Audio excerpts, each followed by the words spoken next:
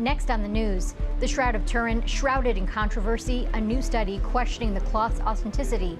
We speak to a local expert who's been studying the object all his life. It's the most researched and studied icon in the history of humankind. Almost a quarter century later, medical examiners are still identifying victims from 9/11.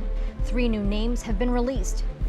Plus, a Catholic parish is making sure there's room for everyone during Mass. One New Jersey church is putting Catholic social teaching to the test with a room that's small in size, but making a huge impact. I'm Jessica Easthope. That story's coming up. I'm Katie Vasquez. Currents News starts right now.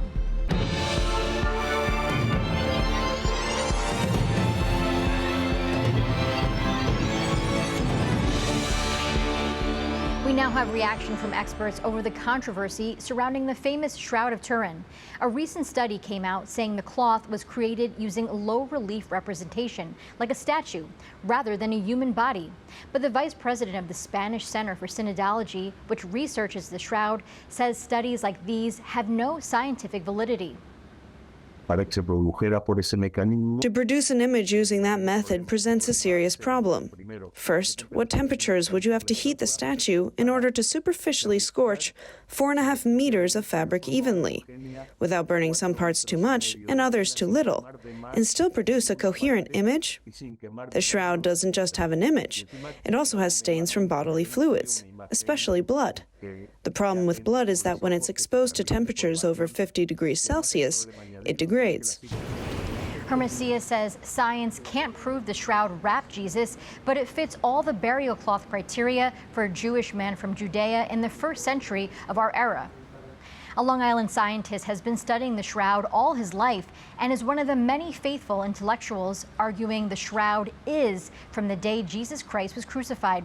As a matter of fact, he even thinks he knows the exact date of when that happened. As a scientist, Bill Lauto loves to do research. The names of the nerves and everything are here. But the one subject that has caught his attention for decades is the Shroud of Turin, the believed burial cloth used on Jesus during his resurrection. It's the most researched and studied icon in the history of humankind. It's reversed. It all started when he was a teenager. Bill's family moved from Brooklyn to Long Island, and he went from a Catholic education to public school. I was really questioning the existence of God, because as far as I knew, the majority of scientists did not believe in God. He opened an encyclopedia and found this image that Italian photographer Secondo Pia developed in 1898, the first photograph of the shroud. The hair stood up on the back of my neck. I became acutely aware of how insignificant I was in this universe, and I've kept it in my wallet since I was 14. It sent him on a journey to learn more, and he dived into studies on the famous artifact. The day Jesus was crucified, and we are pretty sure that that day was April 3rd, 33 AD.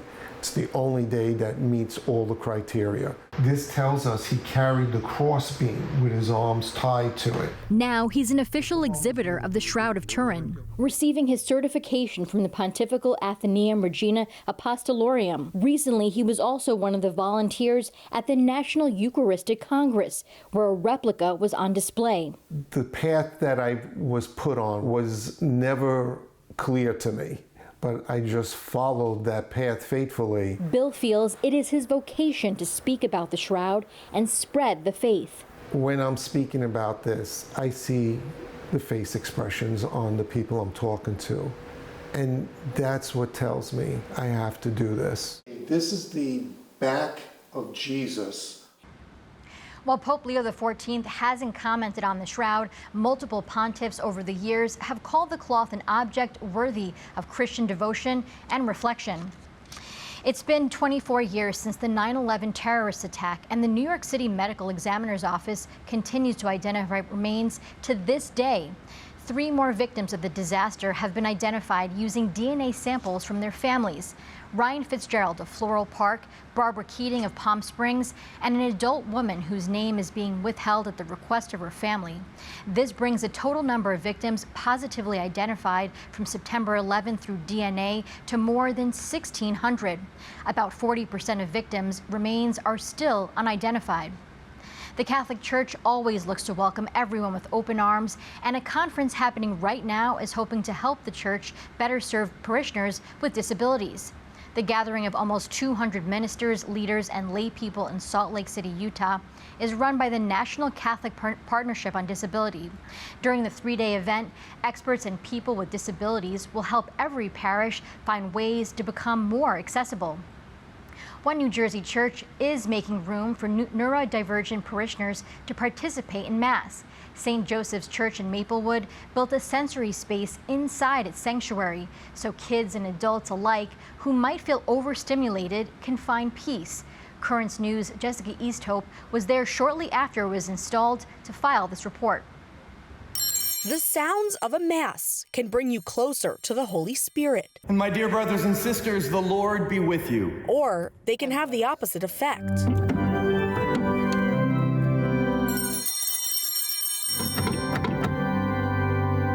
Sometimes they sing on for 5 minutes and it's the same song over and over and you don't know what they're saying. What does it sound like? Too loud.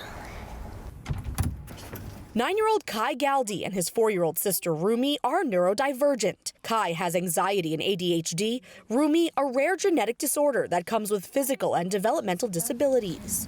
You know she likes doing this, right? At Sunday Mass, they're regulars inside the new Still Waters sensory room at St. Joseph's Church in Maplewood. We call them the smells and bells. You're hearing the bells ring, and then the organ starts to play. The incense, prayers back and forth. This can be overwhelming. The room is a small space with monochromatic navy blue walls and furniture and tools designed to calm the senses. Pastor Father Jim Worth says when the stimuli at a Catholic Mass have the power to push a neurodivergent brain to the brink, this space is necessary. What are they going to do? Sometimes they have an episode or a moment. Nobody likes the eyeballs rolled. But it's kind of like an oxymoron because church shouldn't be quiet. Father Jim called on one of his parishioners, Kim Tkach, the executive director of nonprofit Together We Bloom, which empowers children and families with disabilities through inclusion, to help design the space. If I get overwhelmed, if I get overstimulated, I have a place to go, right? As a reminder that all of us belong here. Kai and Rumi's mom, Pavitra, says the sensory room has changed their relationship with faith. So we've been able to go together consistently, and it's been really, really good for our family. And Kai and Rumi know come Sunday, they have a place where they can find peace. I get to get away from everything and just play with the fidgets and stuff. They help my ears. Yeah. Father Jim says St. Joe's does what it can to be as close to true inclusion as Christ was. But God's welcome has always existed. We'll be back on Sunday. And extends far beyond these 4 blue walls. In Maplewood, Jessica Easthope, Currents News. If you or someone you know would like to visit the sensory room and connect to the Mass, St. Joseph Church is located at 767 Prospect Street in Maplewood, New Jersey. Again, the room is located inside its sanctuary. St. Joseph has Mass every weekday at 8 a.m., Saturday at 5 p.m., and 2 Sunday Masses, a 9 a.m. family Mass and an 11:30 choir Mass. Finally tonight, a Pennsylvania priest has allegedly admitted to making up the winner's name for his parish raffle. According to the Erie County District Attorney's Office, Father Ross Maselli confessed to publicly falsifying the results of a $50,000 raffle at St. Jude the Apostle Parish after a system glitch left the contest without a winner. The priest claims he still has the money in an account. Detectives have seized his iPad and iPhone, as well as financial records for both the parish and the raffle. That is this Currents News update. I'm Katie Vasquez. Thank you for joining us because we are putting your faith in the news. Hope to see you again next time.